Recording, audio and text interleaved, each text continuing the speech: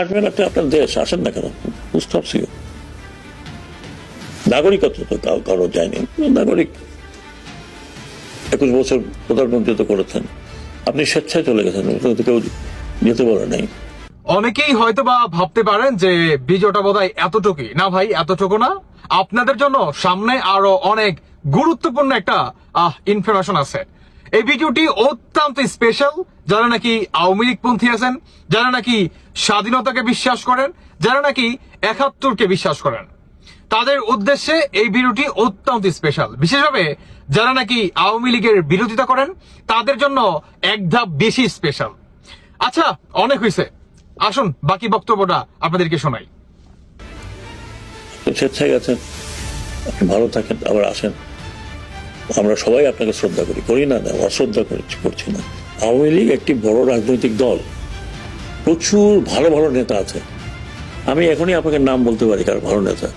এই দলটা একসময় বাঙালিদের সেকুলার পন্থী দল ছিল, মিডল ক্লাসের। মুসলিম যখন ছিল সেটা ছিল আপার ক্লাসের, বাঙালি আপার ক্লাস মুসলিম লীগের ছিল, মিডল ক্লাসের দল ছিল এইটা আওয়ামী লীগ।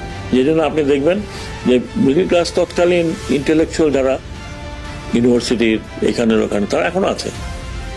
এখন অ্যাক্টিভ না থাকলে তারা সাপোর্ট করে। একটা দলকে আপনি, এত বড় মানুষের দল যিনি এদের স্বাধীন করেছেন, এতে তো কোনো সন্দেহ নেই, কারো সন্দেহ থাকার কথা না। উনি স্বাধীনতার নেতৃত্ব দিয়ে, ওনার নামে মুক্তিযুদ্ধ হয়েছে, স্বাধীনতা হয়েছে। তারপরে তা বাকিটি সেই দল এরকম ভাবে ভেঙে পড়ে যাবে যে লোকে এখন লুকিয়ে লুকিয়ে বেড়াচ্ছে যে আবার পেলে না কি জানি হয়। আমি ওনাদেরকে আশা দিচ্ছি, কথা দিচ্ছি যে আপনারা দল গুছিয়ে নেন। আপনাদের দলকে তোকে ব্যান করা নেই। আর এই ব্যান করাটা, একটা দলের ব্যান করা, আনলেস সে যদি ওই ধরনের জঙ্গি না হয়, যে কোনো দল, পলিটিক্যাল পার্টি ব্যান করা উইজ এ ব্যাড কালচার। কি দেখলেন?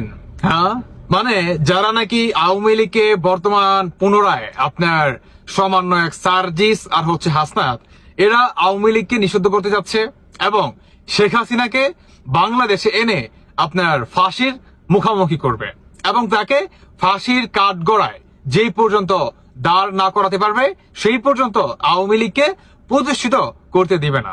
কে দিবে না? এই সমন্বয়কারী এনসিপির এই জঙ্গি গোষ্ঠীরা।